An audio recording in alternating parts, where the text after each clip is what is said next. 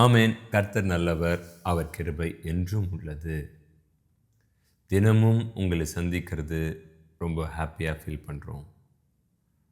மீண்டுமாக இன்னைக்கு உங்களோடு இந்த வார்த்தையை நான் ஷேர் பண்ண ரொம்ப மகிழ்ச்சியாக இருக்கிறேன். இந்த ஒரு வசனம் எல்லாருக்குமே தெரியும். நீங்கள் ரோட்டில் பைக் ஓட்டிட்டு நடந்து போங்க. ஆட்டோவில் இந்த வசனம் எழுதப்பட்டிருக்கும். என்ன வசனம் தெரியுமா? மீகா 7வது அதிகாரம் வசனம் 15. நீ எகிப்து தேசத்திலிருந்து புறப்பட்ட நாளில் நடந்தது போலவே உன்னை அதிசயங்களை காண பண்ணுவேன். அந்த ஒரு கீழ் வசனம் நான் கவனித்து பாருங்கள். உன்னை அதிசயங்களை காண பண்ணுவேன். இது எல்லாருமே பேசி நீங்கள் கேள்விப்பட்டிருப்பீங்க. எல்லா ஆட்டோ வீட்டு வாக்குத்தத்தம் வீட்டுள்ள நுழைஞ்ச உடனே எங்கே பார் இந்த வசனத்தை ஸ்டிக் பண்ணி வைப்போம். ஃபோன் வால்பேப்பரோட வைப்போம். உன்னை அதிசயங்களே காண பண்ணுவேன். இந்த ஆடியோ கேட்குற நீங்கள், இந்த வார்த்தை கேட்டுருக்கிற நீங்கள், எனக்கு அதிசயம் பிடிக்கவே பிடிக்காதுப்பா அப்படின்னு யாராச்சும் உலகத்தில் ஒருத்தரை சொல்லுங்கள்.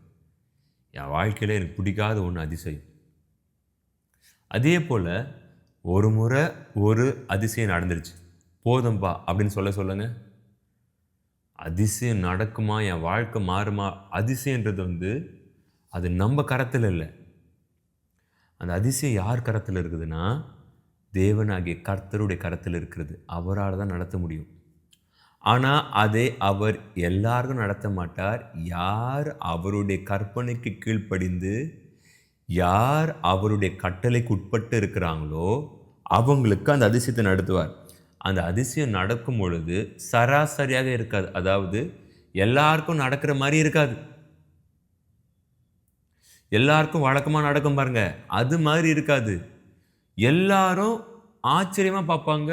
அவங்களுடைய அந்த இமேஜினேஷன், யோசனை எல்லாம், இதெல்லாம் எப்படி சாத்தியம், இது எப்படி அப்படின்னு நடத்துவாங்க. அதுதான் தேவனாகிய கர்த்தர். ஏன் நடத்துகிறார் தெரியுமா?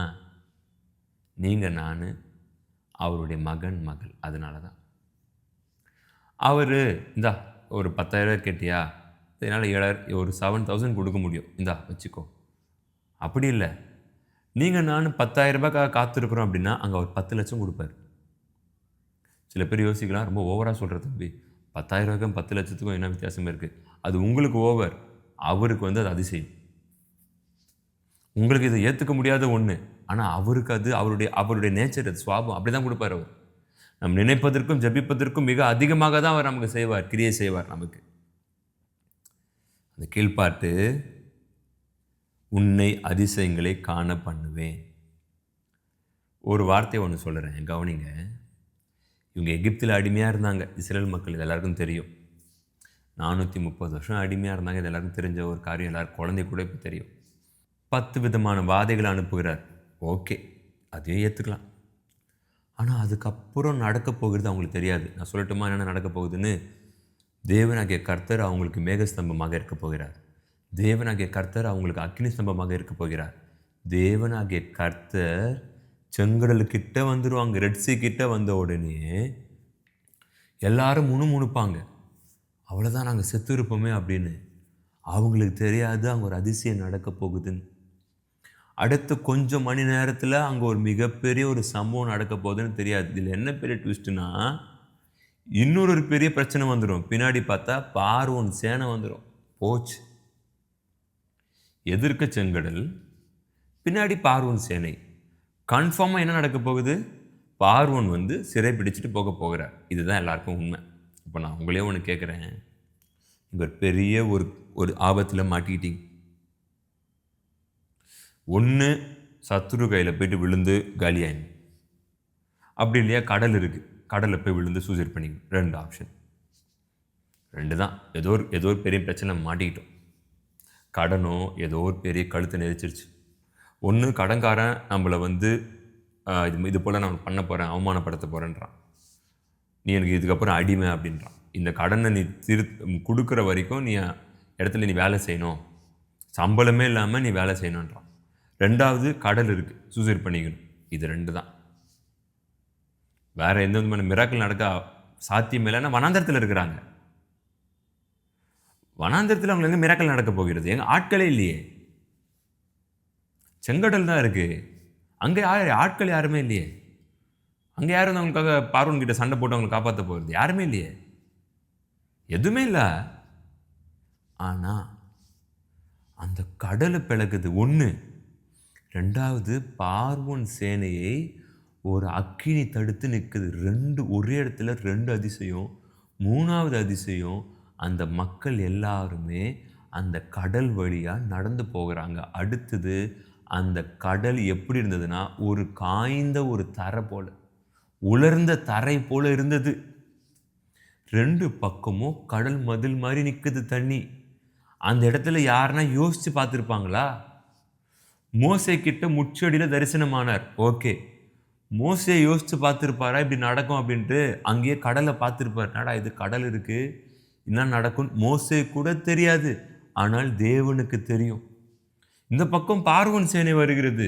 மக்கள் எல்லாம் சொல்கிறாங்க, போச்சு அவ்வளோதான், நாங்கள் அவன் கையிலேயே அங்கேயே செத்துருப்போம், தேவையில்லாமல் எங்களை விடுதலை ஆக்குன்னு சொல்லி கூப்பிட்டு வந்துட்டீங்க.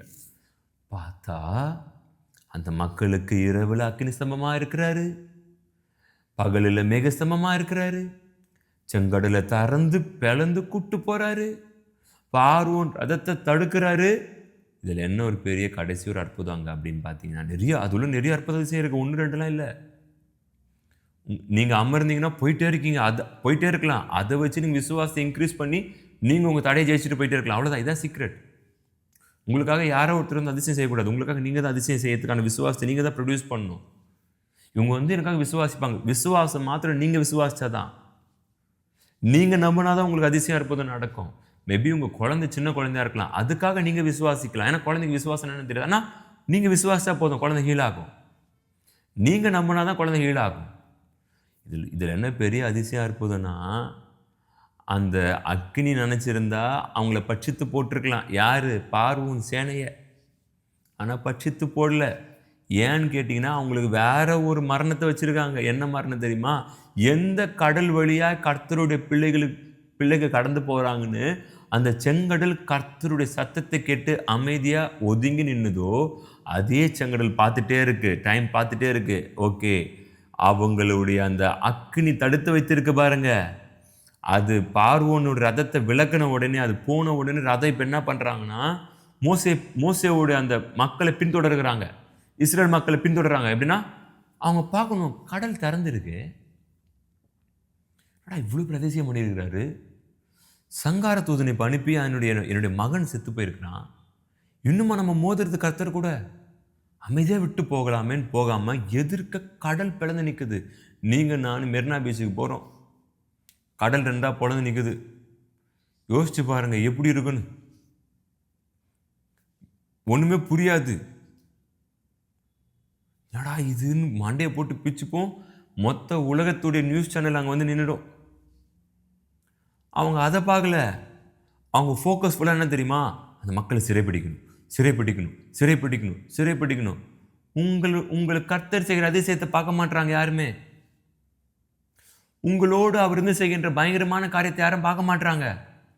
ஆனால் அவங்க என்னதமா பார்க்குறாங்க?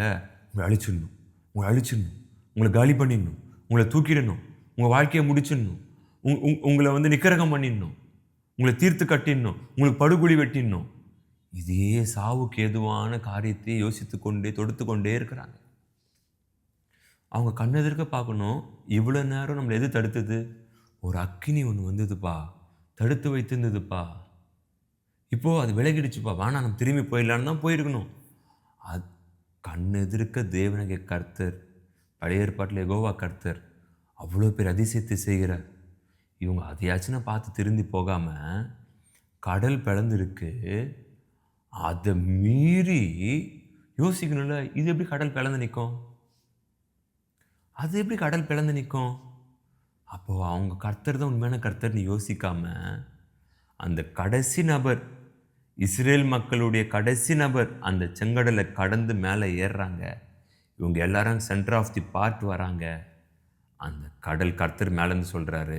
எந்த கர்த்தர் கடலை பிளக்க கட்டளையிட்டாரோ அதே கர்த்தர் சொல்கிறாரு, ஓகே நீ மூடிக்கலான்னு சொன்ன உடனே 600 ரதங்கள், மற்ற 600 ரதங்கள், எகிப்தில் ஆல்ரெடி ஏகப்பட்ட பேரை கூப்பிட்டு போகிறாரு பார்வோன். இது பத்தாததுக்கு மற்ற 600 ரதம் இன்னும் மோர் ஸ்ட்ராங்கர், அதை கூப்பிட்டு போகிறாரு. இவர் மாத்திரம் நிற்கிறார் கரையில், உஷாரா, செம்ம உஷாரா. அவங்க எல்லாரையும் அனுப்பிட்டாரு. எல்லாரும் இறந்துட்டாங்க.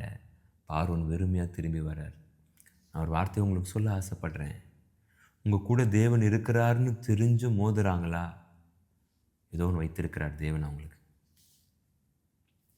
நீங்கள் மாத்திரம் அவர் விட்டு பிரிந்து போயிடாதீங்க.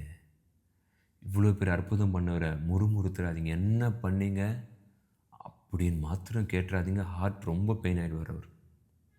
நீங்கள் எனக்கு என்ன பண்ணீங்க அப்படின்னு கேட்காதீங்க. நீங்கள் என்னென்னமோ பண்ணியிருக்கீங்கன்னு சொல்லுங்கள். இப்போ இந்த வசனத்தை நான் உங்களுக்கு வாசிக்கிறேன், கவனிங்க. நீ எகிப்து தேசத்திலிருந்து புறப்பட்ட நாளில் நடந்தது போலவே உன்னை அதிசயங்களை காண பண்ணுவேன். அதே வாக்குத்தத்தம் தான் உங்களுக்கும் எனக்கும். இன்றைக்கி நீங்கள் இப்போ கடந்திருக்கிறீங்க எகிப்தை. உங்களுக்கான அதிசயம் காத்திருக்கு. என்னன்னெலாம் தெரியாது, சொல்லலாம் மாட்டார். அது பேர் அதிசயம். அது மனிதனுடைய எண்ணத்திற்கு அப்பால். உங்களுக்கு தான் நடக்கும். மனிதர் அது குறித்து பேசுவாங்க. இது எப்படிடா சாத்தியம், ஏங்க இது எப்படிங்க சாத்தியம் அப்படின்னு பேசுவாங்க. ஆனால் அவரால் சாத்தியம். அவரை நம்புங்க. ஆனால் அவர் ஹார்ட்டு பெயின் ஆகிற மாதிரி நடந்துக்காதீங்க. ஆஃப்டர் யுவர் மிராக்கிள், அதிசயம் நடந்த பிறகு ஓகே அப்படின்னு இருந்துடாதீங்க.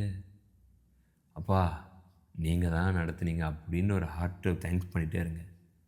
இந்த வார்த்தை உங்களுக்கான வார்த்தை. கர்த்தர் உங்களை ஆசீர்வதிப்பார். அவர் உங்களை பலப்படுத்துவார். Thank you. God bless you. See you again. Amen.